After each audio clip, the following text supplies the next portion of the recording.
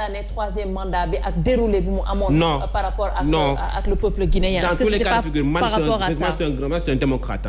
Démocrate. Le choix du peuple c'est le choix du peuple. On peut pas se réjouir de certaines situations mënuñ ci réjouir. C'est pas possible. En tant que Sénégalais xam ni démocratie xam fu réew mi jaar. xam fi ñu jaar ñun tey pour am suñu démocratie bi ñu am tey jii fii. avec nos textes et tout. On peut pas se réjouir d'une telle situation, que ce soit au Mali ou en Guinée ou ailleurs. On a l'impression quand même que violence boobu noonu dafa devenir monnaie courante par rapport ak sur le champ politique.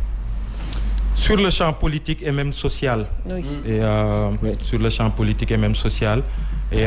amul benn Sénégalais bu bëgg réew mi buy cautionner loolu la violence sous quelque forme qu'elle soit parce que personne n'est à l'abri. Bu fekkente ni da nga koy gis ci télé bi ñu koy wane ci réseaux sociaux yi.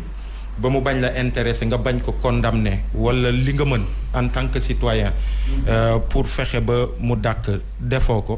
nga koy seetaanee de loin c'est que xamoo luy violence ak li mu jur ci yenn réew yi notamment yenn réewu Afrique yi sax quoi et violence politique aussi gis nañ ko ci histoire politique u Sénégal surtout ci bu ñu jëm ci ay élections à chaque fois day am ay tensions yi nga xamante ni day jur violence quoi et dernièrement depuis élection 2019 yi aussi gis nañ li ci xew. gis nañu kiiwu pur bi et man dama jàpp ni l'État a une responsabilité sur lu bëri. même bu dee on ne peut pas tout rejeter ci État bi mais État daf ci am responsabilité. par exemple c'est vrai.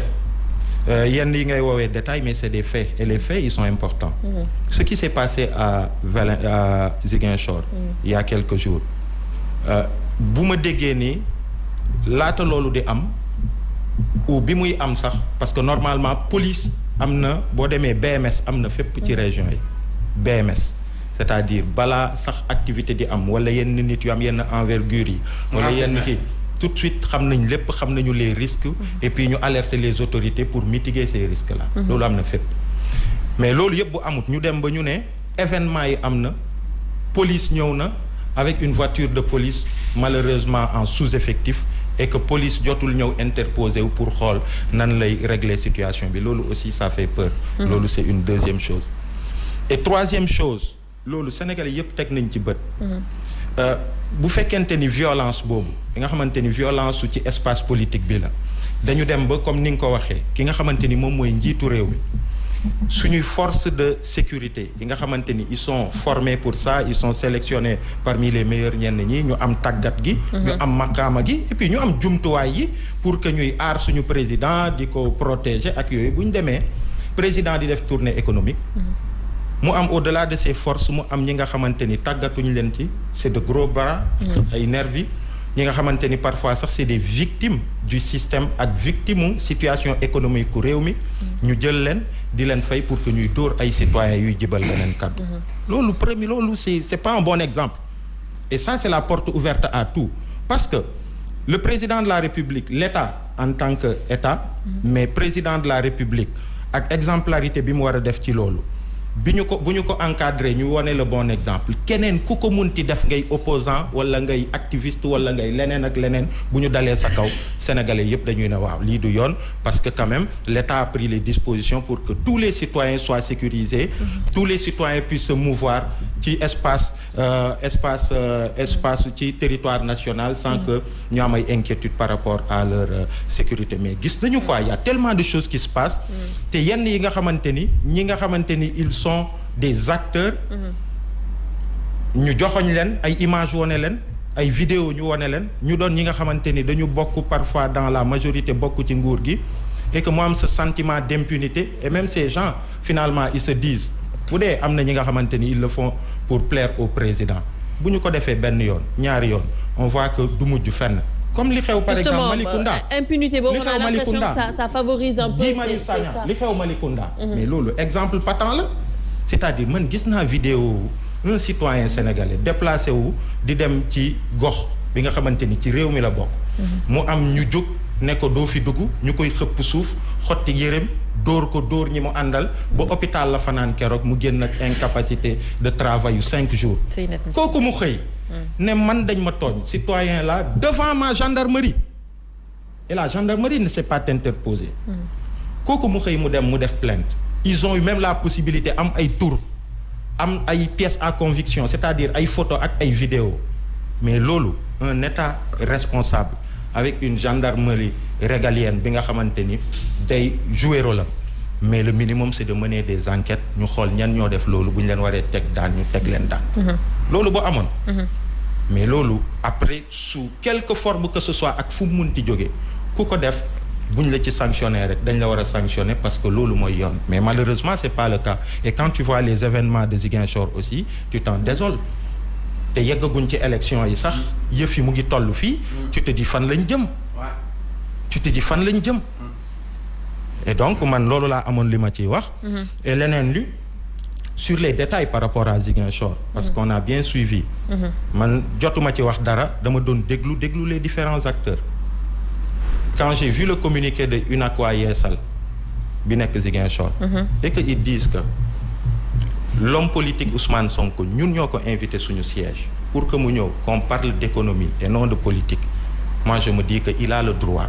d'y aller parce que sénégalais la dëkk Ziguinchor même bu dee rivalité politique am na il a le droit d'aller là-bas Doudou Ka il a le droit d'aller ba en face chez Sonko pour des raisons comme ça war a rencontrer ay nit daf ko war a def loolu mooy yoon mais warul mën a dem foofu pour cette réunion là invité par des opérateurs économiques et que lii mu am ci xoola ñi ci poignardé seen bakkan mënoon na ci rot pour man du dëgg du yoon bépp citoyen ngay homme politique ngay activiste ou ngay juste citoyen waroo am sens interdit ci territoire national fu nekk da nga fa war a dem surtout quand c'est pour des raisons comme ça des raisons yi nga xamante ni c'est justifié c'est expliqué et que raison yu valable la quoi.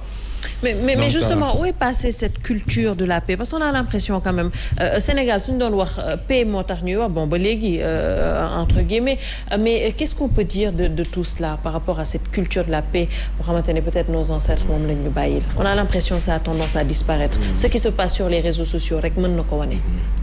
Ouais. Et je pense que c'est notre société aussi il faut convoquer j'aurais bien aimé que sociologue yi ñu am ci xalaat tuuti quoi c'est moi j'ai le sentiment que au-delà de la violence politique mais de plus en plus ci quartier yi xoolal par exemple mooy kii bi nu mu tuddati au niveau de Ouest Foire li fa xew ci poignardé toujours waaw sur benn voilà des choses comme ça affaire priorité nga am aw ma ko voilà des choses simples au lycée ñaari xale yu football match interclasse kenn jël brique dóor moroomam donc de plus en plus on a une société violente on a une société de plus en plus nga xool par exemple ci même zone bi il y a 2 ans de cela benn waay bu yoroon oto ak keneen ci jàppante nii rek il sort le pistolet il vient boum pour man loolu aussi suñu société la ñu war a voilà. Justement kii dama doon lire sànq Ansoumana Dione ma koy nuyuwaale au passage mais mu wax ne que les arguments ne suffisent plus pour se convaincre entre citoyens sénégalais. Cela prouve que notre pays a de très sérieux problèmes surtout en matière de santé mentale donc suñu pays souffre entre guillemets de santé mentale. Oui justement. ba pare li mu wax noonu c'est écœurant nee na Aïcha parce que fii ku fi nekk si ñun. tu peux être mën nga am feebar boobu. mais Sénégal dafa mel ni ñi am feebaru xel boole wuñu leen ci réew mi boo demee hôpital psychiatrique bu Mbao. ban traitement ku ci am mboq. faj bi metti na prise en charge finalement mbokk yi dañuy faj ba duñu amati ñu mujj abandonné nit loolu aussi war nañ leen bàyyi xel ci réew mais pour revenir si thème bi comme li mu doon wax dañu am violence économique quoi